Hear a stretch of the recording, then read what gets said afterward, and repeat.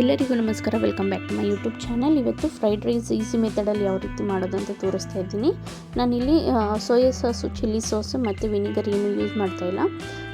ನಾರ್ಮಲಾಗಿ ಹಂಗೆ ಮಾಡ್ತಾಯಿದ್ದೀನಿ. ಸೊ ಅದು ಹೆಲ್ತ್ಗೆ ಒಳ್ಳೆಯದಲ್ಲ ಅಂತ ನಾನು ಅದನ್ನು ಯೂಸ್ ಮಾಡ್ತಾಯಿಲ್ಲ. ಈಗ ಎಣ್ಣೆ ಹಾಕ್ಕೊಂಡಿದ್ದೀನಿ, ಮೆಣಸಿನ್ಕಾಯಿ ಹಾಕ್ಕೊಳ್ತಾ ಇದ್ದೀನಿ. ಒಂದು 7 ಮೆಣಸಿನ್ಕಾಯಿ ಹಾಕ್ಕೊಂಡಿದ್ದೀನಿ. ಈರುಳ್ಳಿ ಒಂದು 4 ಈರುಳ್ಳಿ ಹಾಕ್ಕೊಂಡಿದ್ದೀನಿ. ಉದ್ದ ಕಟ್ ಮಾಡಿ ಹಾಕ್ಕೊಂಡಿದ್ದೀನಿ, ಮೀಡಿಯಮ್ ಸೈಜು 4 ಈರುಳ್ಳಿ. ಈಗ ಅದನ್ನು ಚೆನ್ನಾಗಿ ಫ್ರೈ ಮಾಡ್ಕೊಳ್ತಾ ಇದ್ದೀನಿ. ಫ್ರೈ ಮಾಡ್ಕೊಂಡಾದ್ಮೇಲೆ 1.5 ಸ್ಪೂನಷ್ಟು ಶುಂಠಿ ಬೆಳ್ಳುಳ್ಳಿ ಪೇಸ್ಟ್ ಹಾಕ್ಕೊಳ್ತಾ ಇದ್ದೀನಿ. ಇನ್ನು ಯಾರಾದರೂ ನನ್ನ ಚಾನಲ್ನ ಸಬ್ಸ್ಕ್ರೈಬ್ ಮಾಡ್ಕೊಂಡಿಲ್ಲ ಅಂದರೆ ಪ್ಲೀಸ್ ಸಬ್ಸ್ಕ್ರೈಬ್ ಮಾಡ್ಕೊಳ್ಳಿ. ನಿಮಗೇನಾದರೂ ಈ ಫ್ರೈಡ್ ರೈಸ್ ವಿಡಿಯೋ ಇಷ್ಟ ಆದರೆ ಒಂದು ಲೈಕ್ ಮಾಡಿ. ಈಗ 1.5 ಸ್ಪೂನಷ್ಟು ಶುಂಠಿ ಬೆಳ್ಳುಳ್ಳಿ ಪೇಸ್ಟ್ ಹಾಕ್ಕೊಂಡಿದ್ದೀನಿ. ಇದು ಮಾರ್ನಿಂಗ್ ಬ್ರೇಕ್ಫಾಸ್ಟ್ಗೆಲ್ಲ ತುಂಬಾ ಚೆನ್ನಾಗಿರುತ್ತೆ. ಮಕ್ಕಳು ಟಿಫನ್ ಬಾಕ್ಸ್ಗೆ ಈ ರೀತಿ ತರಕಾರಿ ಎಲ್ಲ ತಿಂತಾರೆ, ಈ ರೀತಿ ಮಾಡಿಕೊಡೋದ್ರಿಂದ. So tiffin box, lunch box ಹಾಕೋದಕ್ಕೆ ತುಂಬಾ ಚೆನ್ನಾಗಿರುತ್ತೆ. ಶುಂಠಿ ಬೆಳ್ಳುಳ್ಳಿ ಪೇಸ್ಟ್ ಹಸಿ ವಾಸನೆ ಹೋಗೋ ಗಂಟ ಫ್ರೈ ಮಾಡ್ಕೊಳ್ಳಿ. ಈಗ ಅದನ್ನು ಆಗಿದೆ, ಸಿಮ್ಮಲ್ಲಿ ಇಟ್ಕೊಳ್ತಾ ಇದ್ದೀನಿ. ಈಗ ವಾಶ್ ಮಾಡಿರೋಂಥ ತರಕಾರಿನ ಹಾಕ್ಕೊಳ್ತಾ ಇದ್ದೀನಿ. ತರಕಾರಿ ಬಂದ್ಬಿಟ್ಟು ನಾನು ಕ್ಯಾರೆಟು, ಬೀನ್ಸು, ಬಟಾಣಿ ಮತ್ತು ಎಲೆಕೋಸು ಯೂಸ್ ಮಾಡಿದ್ದೀನಿ. ನೀವು ಬೇರೆ ಏನಾದರೂ ತರಕಾರಿ ಹಾಕಬೇಕು ಅಂದ್ಕೊಂಡ್ರೆ ಹಾಕ್ಬೋದು. ಸೊ ನಾನು ಇಷ್ಟು ಮಾತ್ರ ಹಾಕ್ಕೊಂಡಿದ್ದೀನಿ, ಕಟ್ ಮಾಡಿ ಹಾಕ್ಕೊಂಡಿದ್ದೀನಿ ನೋಡಿ. ಇವಾಗ ಕ್ಯಾಬೇಜಲ್ಲಿ ಬಂದ್ಬಿಟ್ಟು ನಮಗೆ ನೀರಿನ ಅಂಶ ಅನ್ನೋದು ಇರುತ್ತೆ, ನೀರು ಬಿಟ್ಕೊಳ್ಳುತ್ತೆ. ಸೊ ಅದರಲ್ಲೇ ನಮಗೆ ತರಕಾರಿ ಎಲ್ಲ ಬೆಂದೋಗುತ್ತೆ. ಮಕ್ಕಳು ತಿನ್ನೋದ್ರಿಂದ ಸ್ವಲ್ಪ ತರಕಾರಿ ಬೇಯಿಸ್ಬಿಟ್ಟು ಹಾಕಿದ್ರೇ ಒಳ್ಳೆಯದು. ಸೊ ನಾನು ತರಕಾರಿ ಬೇಯಿಸ್ಕೊಂಡು ಆಮೇಲಿಂದ ಅದು ಮಸಾಲ ರೆಡಿ ಆಗುತ್ತಲ್ಲ ಫ್ರೈಡ್ ರೈಸ್ದು ಗೊಜ್ಜು, ಆವಾಗ ಅನ್ನ ಕಳಿಸ್ಕೊಳ್ತೀನಿ. ನೀವು ಬೇಕಾದರೆ ಸ್ವಲ್ಪ ಅರ್ಧಂಬರ್ಧ ಹಸಿಯಾಗಿರಬೇಕು ಅಂದರೂ ನೀವು ಹಂಗೂ ಮಾಡ್ಕೊಳ್ಬೋದು. ಬಟ್ ನಾನಿಲ್ಲಿ ಸ್ವಲ್ಪ ತರಕಾರಿ ಬೇಯೋದಕ್ಕೆ ಬಿಡ್ತಾಯಿದ್ದೀನಿ. ಈಗ ರುಚಿಗೆ ತಗ್ಗದಷ್ಟು ಉಪ್ಪು ಹಾಕ್ಕೊಂಡಿದ್ದೀನಿ. ರುಚಿಗೆ ತಗ್ಗದಷ್ಟು ಉಪ್ಪು. ಈಗ ಸ್ವಲ್ಪ ಫ್ರೈಡ್ ರೈಸ್ ಪೌಡರು 1.5 ಸ್ಪೂನಷ್ಟು ಹಾಕ್ಕೊಳ್ತಾ ಇದ್ದೀನಿ. 1/4 ಸ್ಪೂನಷ್ಟು ಗರಂ ಮಸಾಲಾನ ಹಾಕ್ಕೊಳ್ತಾ ಇದ್ದೀನಿ. ಈಗ ನಾನು ತುಂಬಾ ಟೇಸ್ಟಿಯಾಗಿರುತ್ತೆ ಈ ಮೆಥಡಲ್ಲಿ ಮಾಡೋದ್ರಿಂದ. ಯಾಕಂದರೆ ನಾವು soya sauce, chilli sauce, vinegar ಇದೇನು ಯೂಸ್ ಮಾಡಲ್ಲ. ಸೊ ಅದರಿಂದ ನಮಗೇನು ಹೆಲ್ತ್ ಇಶ್ಯೂಸು ಆಗಲ್ಲ. ಆಲ್ಮೋಸ್ಟ್ ನಾನು ಅದನ್ನು ಯೂಸ್ ಮಾಡಲ್ಲ ಮನೇಲಿ. ಅದಿಲ್ಲದೇನೂ ಈ ರೀತಿ ಮಾಡ್ಕೊಳ್ಬೋದು, ತುಂಬಾ ಟೇಸ್ಟಿಯಾಗಿರುತ್ತೆ. ಸೊ ಈಗ ಹಾಕಿರೋದು ಸ್ವಲ್ಪ ಗರಂ ಮಸಾಲ, 1/4 ಸ್ಪೂನಷ್ಟು ಗರಂ ಮಸಾಲ ಹಾಕ್ಕೊಂಡಿದ್ದೀನಿ. ಈಗ 1.5 ಸ್ಪೂನಷ್ಟು ಇದು ಫ್ರೈಡ್ ರೈಸ್ ಪೌಡ್ರ್ ಹಾಕ್ಕೊಳ್ತಾ ಇದ್ದೀನಿ.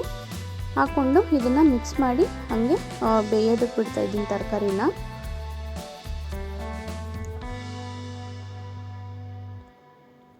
ಇದೊಂದು 15 ನಿಮಿಷ ಬೆಂದರೆ ಸಾಕು, ತರಕಾರಿ ಎಲ್ಲ ಚೆನ್ನಾಗಿ ಬೆಂದಿರುತ್ತೆ.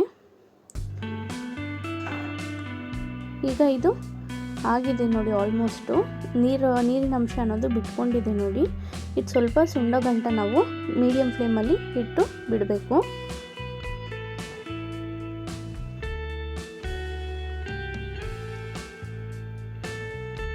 ಈಗ ಮತ್ತೆ ಒಂದು ಪ್ಲೇಟ್ ಮುಚ್ಚಿ ಒಂದು 5 ನಿಮಿಷ ಬಿಡ್ತಾಯಿದ್ದೀನಿ.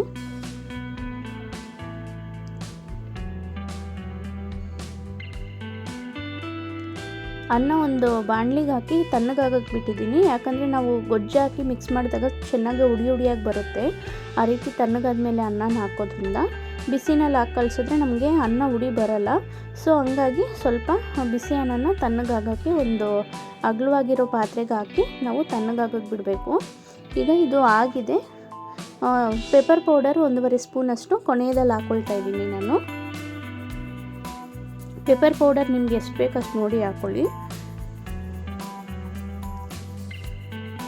1/4 ಸ್ಪೂನಷ್ಟು ನಿಂಬೆಹಣ್ಣು ರಸ ಹಾಕ್ಕೊಳ್ತಾ ಇದ್ದೀನಿ. ಸ್ಟವ್ ಆಫ್ ಮಾಡಿಬಿಟ್ಟು ನಿಂಬೆಹಣ್ಣು ರಸ ಹಾಕ್ಕೊಳ್ತಾ ಇದ್ದೀನಿ.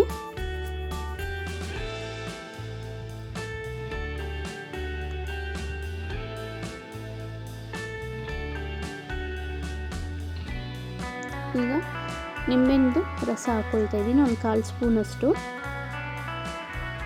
ಕೊನೆಯಲ್ಲಿ ಸ್ವಲ್ಪ ಕೊತ್ತಂಬರಿ ಸೊಪ್ಪು ಹಾಕ್ಕೊಂಡು ಮಿಕ್ಸ್ ಮಾಡ್ಕೊಳ್ತಾ ಇದ್ದೀನಿ.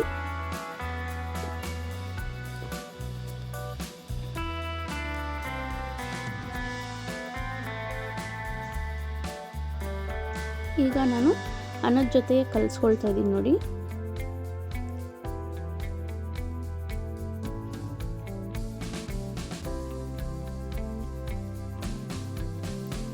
ಈಗ ಅನ್ನದ ಜೊತೆ ಹಾಕಿ ಆ ಗೊಜ್ಜನ್ನ ಮಿಕ್ಸ್ ಮಾಡ್ಕೊಳ್ತಾ ಇದ್ದೀನಿ. ಅನ್ನ ಸ್ವಲ್ಪ ಬಿಸಿ ಇದೆ, ತೀರಾ ಆಗೋಕ್ಕೂ ಬಿಟ್ಟಿಲ್ಲ. ಬಟ್ ಸ್ವಲ್ಪ ತಣ್ಣಗಾದಾಗ ನಾವು ಮಿಕ್ಸ್ ಮಾಡೋದ್ರಿಂದ ಅನ್ನ ಹುಡಿ ಇರುತ್ತೆ.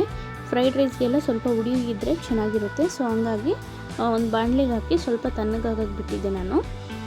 ಈಗ ಅನ್ನ ಮಿಕ್ಸ್ ಮಾಡ್ಕೊಳ್ತಾ ಇದ್ದೀನಿ. ತುಂಬಾ ಟೇಸ್ಟಿಯಾಗಿರುತ್ತೆ. ಇದು ಮಾರ್ನಿಂಗು ಬ್ರೇಕ್ಫಾಸ್ಟು ಮತ್ತು ಲಂಚ್ ಬಾಕ್ಸ್ಗೆ ಹಾಕೋಕ್ಕೆ ತುಂಬಾ ಚೆನ್ನಾಗಿರುತ್ತೆ. ಮಕ್ಕಳು ಸಹ ಎಲ್ಲ ತರಕಾರಿನೂ ಈ ರೀತಿ ಮಾಡಿಕೊಡೋದ್ರಿಂದ ತಿಂತಾರೆ. ನಿಮಗೇನಾದರೂ ಈ ವಿಡಿಯೋ ಇಷ್ಟ ಆಗಿದ್ರೆ ಒಂದು ಲೈಕ್ ಮಾಡಿ. Thank you for watching.